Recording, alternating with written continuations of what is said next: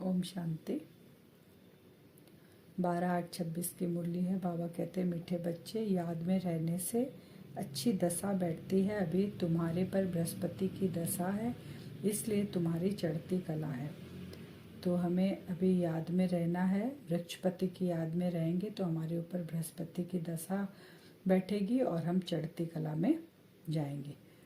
प्रश्न है, यदि योग पर पूरा अटेंशन नहीं है तो उसकी रिजल्ट क्या होती? पहला ये है, अटेंशन नहीं है तो योग में। दूसरा है, निरंतर याद में रहने की युक्तियाँ क्या क्या हैं, कैसे हम याद में रह सकते हैं। उत्तर, अगर योग पर पूरा अटेंशन नहीं है तो चलते चलते माया की प्रवेशता हो जाती है, गिर पड़ते हैं। अटेंशन नहीं, बाबा की याद नहीं तो माया प्रवेश होती है। दूसरा पॉइंट, देह अभिमानी बन अनेक भूले करते रहते हैं। देह अभिमान में आएंगे, भूले होंगी, माया उल्टे कर्म कराती रहेगी, पतित बना देती है। अब निरंतर याद में रहने के लिए बाबा फिर युक्ति बता रहे हैं, क्या करना है। मुख में मुलहरा डाल दो, क्रोध नहीं करो, देह सहित सब कुछ भूलो, मैं आत्मा परमात्मा का बच्चा हूँ, यह अभ्यास करो। योग बल से क्या क्या प्राप्तियाँ होती है उन्हें स्मृति में रखो। अब अटेंशन किस पे करना है? बाबा कहते हैं, मुख में मुलारा डाल लो, और कोई क्रोध करे तो वापस जवाब मत दो। अपने को आत्मा समझो, हम शिव बाबा के बच्चे हैं, बस ये याद रखना है। और योग बल से क्या क्या प्राप्ति है ये याद रखना है। गीत है ओम नमो शिवाय। ओम शांति। मीठे मीठे रूहानी बच्चों ने अपने रूहानी बाप शिव बाबा की महिमा सुनी। जब पाप बढ़ते हैं अर्थात मनुष्य पाप आत्माएं बन जाते हैं, तभी पतित पावन बाप आते हैं, आकर के पतितों को पावन बनाते हैं। बाबा कहते हैं, जब सारी आत्माएं आ जाती है परम धाम से और नीचे आकर वो पतित बन जाती है, तभी बाबा आते हैं। बाबा आकर हम पतितों को पावन बनाते हैं। उस बेहद के बाप की ही महिमा है, उसको वृक्षपति भी कहा जाता है। कल्प वृक्ष का पति कौन है, बीज कौन है? शिव बाबा। इस समय बेहद के बाप द्वारा बेहद की दशा बृहस्पति की तुम पर बैठी है। तो बृहस्पति की दशा से बाबा कहते हैं खास भारत जीवन मुक्त बन जाता है, अर्थात अपना स्वराज्य पद पाते हैं। खास भारत, और बाबा कहते हैं आम सारी दुनिया। भारत पर बृहस्पति की दशा बैठी और जीवन मुक्ति में जाएंगे, और हमारे साथ साथ सभी आत्माओं का भी बाबा कहते हैं कल्याण होगा, वो भी मुक्ति में जाएंगे। फिर नंबरवार सेक्शन अनुसार वो आत्माएं नीचे आएगी पाठ बजाने के लिए। हर एक आत्मा को अपने अपने धर्म में अपना अपना पाठ मिला हुआ है, उसी सेक्शन में वो जाकर बैठती है और फिर उस अनुसार ही, उस धर्म के अनुसार ही वो आत्माएं आकर पाठ बजाती है। फिर बाबा कहते हैं कि पूरा अटेंशन अगर नहीं देते हैं तो योग पर फिर बाप आकर संजीवनी बूटी देते हैं। योग पर हमारा अटेंशन नहीं है तो माया क्या करती है, मूर्छित कर देती है हमें। मूर्छित कर देने के कारण बाबा फिर हमें आके संजीवनी बूटी देते हैं। उससे हम क्या होते हैं, सूजित होते हैं, जग जाते हैं, सुरजित बन जाते हैं। तो बाबा कहते हैं जैसे हनुमान भी तुम हो, क्योंकि बाप ने समझाया इस समय रावण को भगाने के लिए बूटी सूंघा देते हैं हम। तो कौन सी बूटी हम सूंघाते हैं? बाबा की याद की बूटी। अपने को आत्मा समझ बाबा को याद करेंगे तो हम सुरजित हो जाएंगे। बाप तुमको सब सत्य बात बताते हैं। सत्य है ही एक बाप जो आकर तुमको सत्यनारायण की कथा सुनाए, सत्युग की स्थापना करते हैं। इनको कहा ही जाता है ट्रुथ, सत्य बतलाने वाला। सत्यम शिवम सुंदरम कहते हैं ना, तो सत्य बतलाने वाला एक शिव बाबा ही है। वही आकर हमें कथा सुनाते हैं, सत्यनारायण की सत्य कथा सुनाते हैं, जिससे हम मनुष्य आत्माओं को नर से नारायण बनाते हैं। तुमको कहते हैं तुम शास्त्रों को मानते हो, कोई हमें पूछता है ना, तो बोलो हाँ, हम शास्त्रों को क्यों नहीं मानते, जानते हैं यह सब भक्ति मार्ग के शास्त्र है, यह तो हम मानते हैं। ज्ञान और भक्ति दो चीज है। जब ज्ञान मिलता है फिर भक्ति की क्या दरकार है। भक्ति माना उतरती कला, ज्ञान माना चढ़ती कला। भक्ति माना अंधकार भी होता है, भक्ति माने क्लैरिटी कुछ भी नहीं है, और ज्ञान का मतलब रोशनी होती है, भटकन बंद हो जाती है। तो ज्ञान माना हम चढ़ती कला में जा रहे हैं, क्योंकि क्लैरिटी है, सब कुछ हमें दिखाई दे रहा, तीसरा नेत्र मिल गया।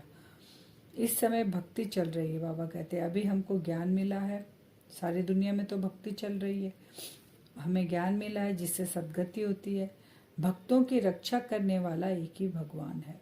रक्षा दुश्मन से की जाती है ना, कोई किसी को बुलाता है मुसीबत में रक्षा करने के लिए, तो वो जरूर किसी दुश्मन के चंगुल में है। तो हम जब द्वापर युग से उस ईश्वर को, भगवान को मंदिर में जाते थे, पूजा करते थे, सब कुछ करते थे, लेकिन उसके बाद भी उस ऊपर वाले को बुलाते थे, तो वही आकर रक्षा करता है। ये आत्मा में नॉलेज है। तो बाप आकर इस रावण दुश्मन से हमारी रक्षा करता है। समझा जाता है, बाबा कहते हैं जैसे मकान बनता है, पुराना होता है, पुराने नया मकान होता है, अभी 6 मास 1 मास का होते ही पुराना हो जाता है वो मकान, तो वैसे ही पुराने मकान 100-150 वर्ष तक चलेगा। बाप समझाते हैं सतयुग कहा जाता है नई दुनिया से, फिर त्रेता 25% कम कहेंगे।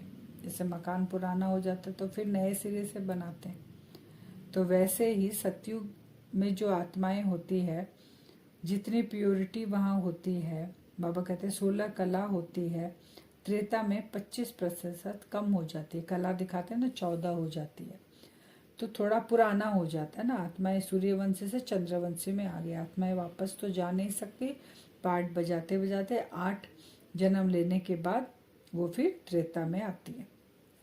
तो उनकी निशानी दिखाते हैं क्षेत्रीय, क्योंकि नई दुनिया के लायक नहीं बने, इसलिए कम पोजीशन हो गया। अभी बाबा कहते हैं जितना तुम्हारे अंदर युद्ध चलेगा, तो हम कौन से युग में चले जाएंगे? त्रेता युग में, इसलिए धनुष बाण दिखाया है।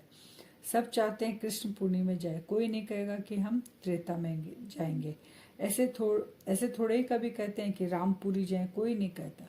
सब कृष्णपुरी के लिए कहते, गाते भी है ना, चलो वृंदावन भजो राधे गोविंद, वृंदावन की बात है। बाबा कहते हैं क्योंकि वृंदावन में कृष्ण को दिखाया है, तो भक्ति में भी ऐसे कहते, कभी नहीं कहेंगे कि अयोध्या के लिए कहेंगे कि चलो अयोध्या।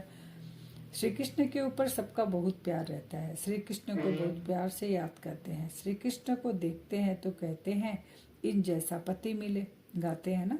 श्री कृष्ण को बहुत प्यार करते हैं क्योंकि संपूर्ण आत्मा है, पहला प्रिंस है सतयुगी दुनिया का।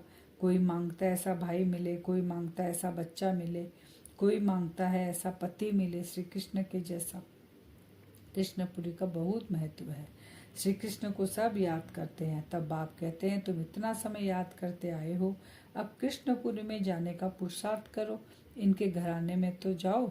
बाबा कहते हैं याद करते थे उन जैसा बने, लेकिन बाबा कहते हैं अब तुम उनके साथ राज्य भाग्य करने के लिए सतयुगी दुनिया में आ सकते हो, उसके लिए तुम्हें पुरुषार्थ करना है। बाप कहते हैं बच्चे जितना हो सके मन मना भव रहो, याद में न रहने से गिर पड़ते हैं। ज्ञान कब गिराता नहीं, याद में नहीं रहते तो गिर पड़ते हैं। इस पर ही अल्लाह अवलदीन हातम ताई के नाटक भी बने हुए हैं। मन मना भाव नहीं रहेंगे तो बाबा कहते फिर गिर जाएंगे, तो याद में रहेंगे तो हम गिरेंगे नहीं, माया हमें मूर्छित नहीं कर सकते।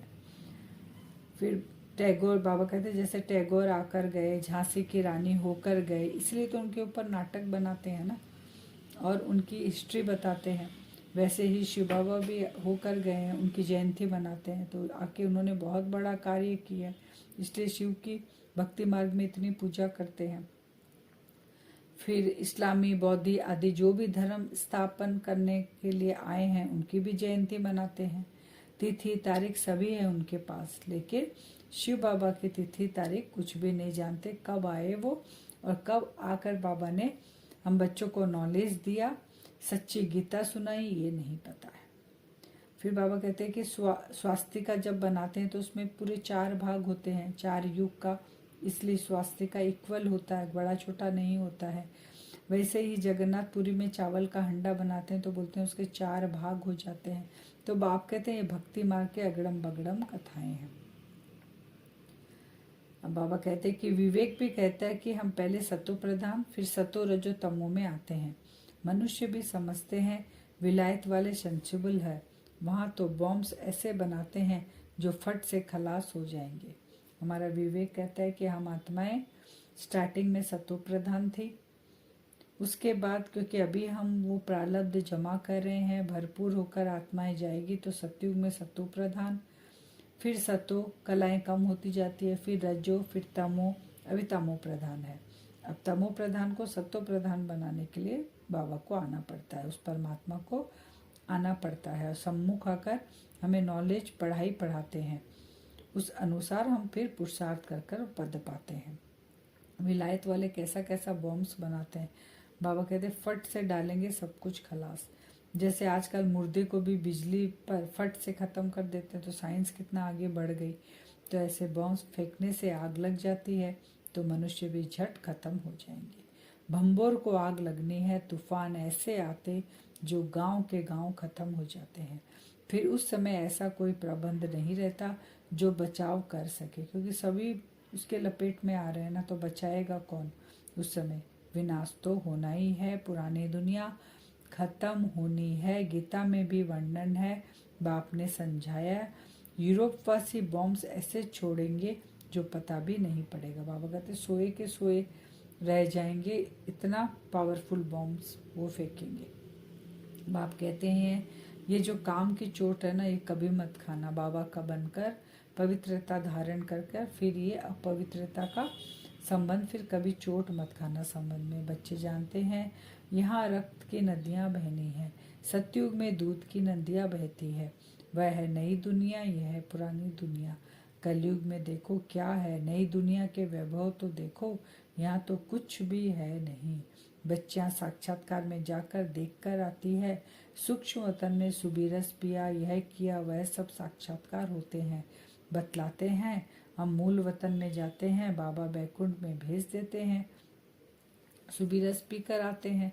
बाबा कहते हैं साक्षात्कार यहाँ जो अभी इतना भबका है कलयुगी दुनिया में, जो बच्चियाँ साक्षात्कार कर कर आती है, उसके एवज में यहाँ कुछ भी नहीं है। अभी आप आकर तुमको कितना ज्ञान समझाते हैं, इसको ज्ञान का तीसरा नेत्र कहा जाता है।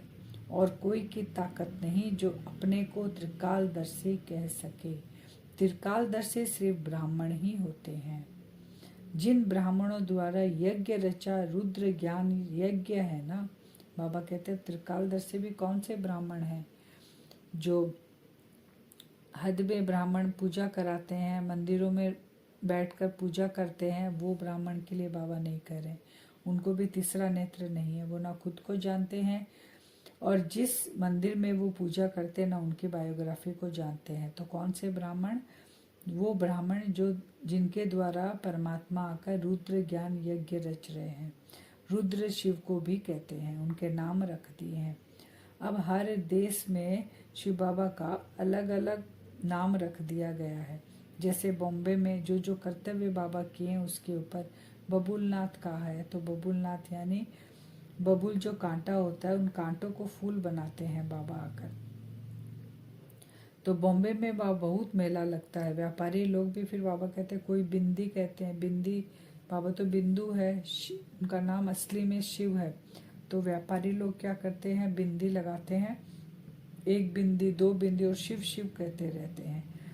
तो लेकिन मतलब नहीं जानते, लेकिन बिंदी लगाते हो। तो बच्चे योग अक्षर छोड़ दो, याद करो शिव बाबा हमारा पिता है, तो हमें उसको प्यार से याद करता है। जैसे बाकी लोगों को लौकिक में हम नेचुरल याद रहती है, वैसे बाबा की भी नेचुरल याद हो। बाप कहते हैं योग अक्षर से समझेंगे नहीं, याद से समझेंगे। तो बाप को बहुत याद करना है। उनको साजन भी कहा जाता है, पटरानी बनाते हैं ना, विश्व की राजधानी का वर्षा बाप देते हैं। तो बाबा कौन है? शिव साजन, शिव की बारात कहते हैं ना। तो शिव बाबा हम सब आत्माओं का साजन है, लेकिन सारी सजनियाँ आत्माएं उनकी सजनी हैं, जितनी भी आत्माएं हैं। लेकिन बारात में कोई उनकी पटरानी बनकर जाएगा, कोई पीछे पीछे जाएगा, तो उसके लिए पुरुषार्थ करना है। भक्ति में 2 बाप है, ज्ञान मार्ग में अभी तुम्हें 3 बाप है। भक्ति में कौन है? जन्म देने वाले और पारलौकिक बाप, जिसको भगवान ईश्वर कहकर पुकारते हैं। ज्ञान में 3 बाप है, लौकिक, अलौकिक ब्रह्मा बाबा, पारलौकिक शिव बाबा। कितना वंडर है। और सतयुग में बाबा कहते हैं तुम्हारा एक ही पिता होगा, खाली जन्म देने वाला। क्योंकि वहाँ दुख होता ही नहीं और पुकारते भी नहीं है। आज का वरदान है, निराकारी स्थिति के अभ्यास द्वारा मैंपन को समाप्त करने वाले निरहंकारी भव। निरहंकारी कैसे बनेंगे? निराकारी स्थिति का जब बार बार हम अभ्यास करेंगे कि मैं आत्मा निराकार हूँ, तो मैंपन समाप्त हो जाएगा, तो हम निरहंकारी बन जाएंगे। वर्तमान समय सबसे महीन और सुंदर धागा यह मैंपन है। यह मैं शब्द ही देह अभिमान से पार ले जाने वाला भी है, तो देह अभिमान में लाने वाला भी है। जब मैंपन उल्टे रूप में आता है, तो बाप का प्यार बनाने के बजाय कोई न कोई आत्मा का नाम मान शान का प्यार बना देता है। इस बंधन से मुक्त बनने के लिए निरंतर निराकारी स्थिति में स्थित होकर साकार में आओ। इस अभ्यास को नेचुरल नेचर बना दो, तो निरहंकारी बन जाएंगे। मैंपन उल्टा होता ना, मैं आत्मा, तो आत्मिक वाला मैं हुआ तो बाबा याद रहेगा, निरहंकारी अवस्था होगी। देह वाला मैं याद आया तो बाबा बोले फिर बंधन में बंध जाएंगे। स्लोगन, किसी की बुरी व अच्छी बात सुनकर संकल्प में भी घृणा भाव आना, यह भी परमत है। कोई भी आके कुछ बोला, उसके प्रति घृणा भाव आया, ये परमत है। अव्यक्त सारे अपवित्रता के बीज को भी समाप्त कर संपूर्ण स्वच्छ पवित्र बनो। संकल्प व स्वप्न में भी जब अपवित्रता का अंश मात्र न हो, तब कहेंगे सच्चे ब्राह्मण। इसी धारणा के लिए ही गायन है, प्राण जाए पर धर्म न जाए। ऐसी हिम्मत, ऐसा दृढ़ निश्चय करने वाले किसी भी प्रकार की परिस्थिति में अपने धर्म अर्थात धारणा के प्रति कुछ भी त्याग करना पड़े, सहन करना पड़े, सामना करना पड़े, साहस रखना पड़े, तो खुशी खुशी से करते हैं, पीछे नहीं हटते।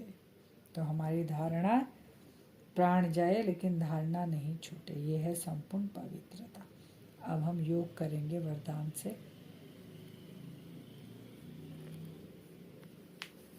अपने आप को देखेंगे भ्रकुटी सिंहासन पर। मैं आत्मा चमक रही हूँ। बिंदु स्वरूप मैं आत्मा अब मन और बुद्धि की यात्रा से अपने असली घर की ओर, अपने पिता के पास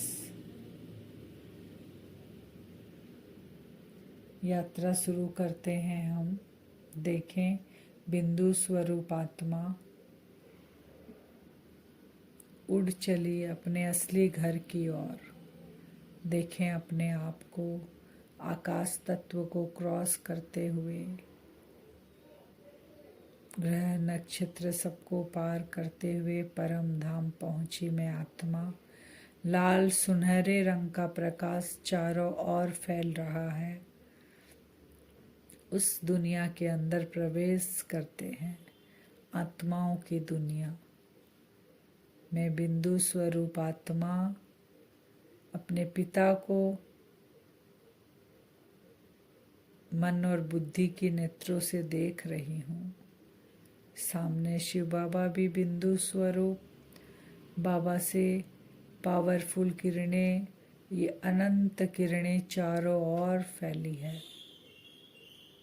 मैं बिंदु स्वरूप आत्मा अपने पिता के एकदम नजदीक चली जाती हूँ। एकदम नजदीक जाकर स्थित हो जाती हूँ मैं आत्मा।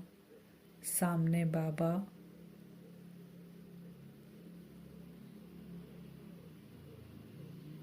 मैं आत्मा,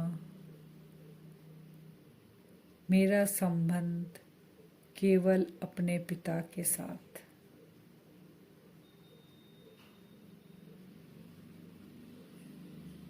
मुझ आत्मा का असली घर परम धाम,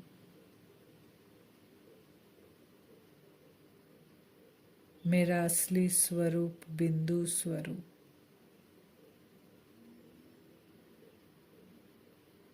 देखें बाबा से पावरफुल किरणें निकलकर मुझ आत्मा पे पड़ना स्टार्ट हो गई, अनंत तक फैल रही है। चारों तरफ बाबा की किरणें फैली है। जैसे ही मैं सम्मुख जाकर स्थित होती हूँ, वो किरणें मुझ आत्मा पर पड़ने लग गई। मैं आत्मा बाबा की इन पावरफुल किरणों से जो भी कमी कमजोरी है वो सब भस्म हो रहे हैं। मैं आत्मा गुणों और शक्तियों से चार्ज हो रही हूँ। निराकारी स्थिति में स्थित मैं आत्मा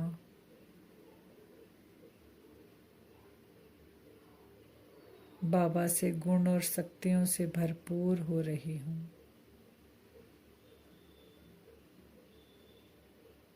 देह भान के जो भी संस्कार हैं वो सब खत्म हो रहे हैं। बाबा की इन किरणों से सब जलकर भस्म हो रहे हैं। केवल एक ही भान, मैं आत्मा शिव बाबा का बच्चा हूँ। बाबा की लाइट कंटिन्यू मेरे ऊपर पड़ रही है। भरपूर हो रही हूँ मैं आत्मा गुण और शक्तियों से। भरपूर होकर मैं आत्मा वापस साकार सृष्टि की ओर लौट रही हूँ। अभी संगम का कुछ समय बाकी है। मुझ आत्मा का पाठ भी कुछ समय का है।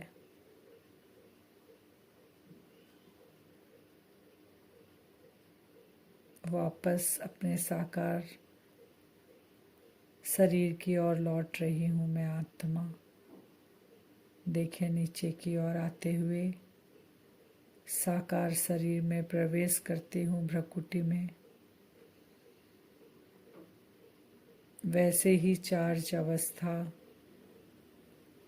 वैसे ही ऊंची स्टेज, वैसा ही आत्मिक भान जो परम धाम में था। मैं आत्मा, निराकारी आत्मा,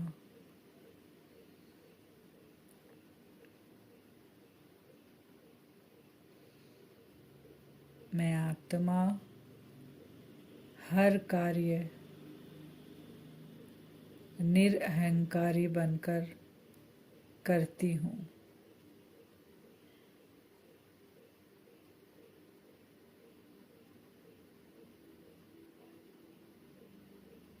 मैं आत्मा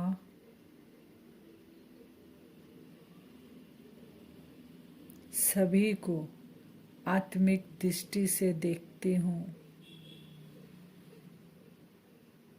आत्मिक दृष्टि से सुनती हूँ और उन आत्माओं की सेवा भी निरअहंकारी स्थिति में स्थित होकर करती हूँ। ये आत्मिक स्थिति आज हम बार बार अपना अटेंशन देंगे। मैं आत्मा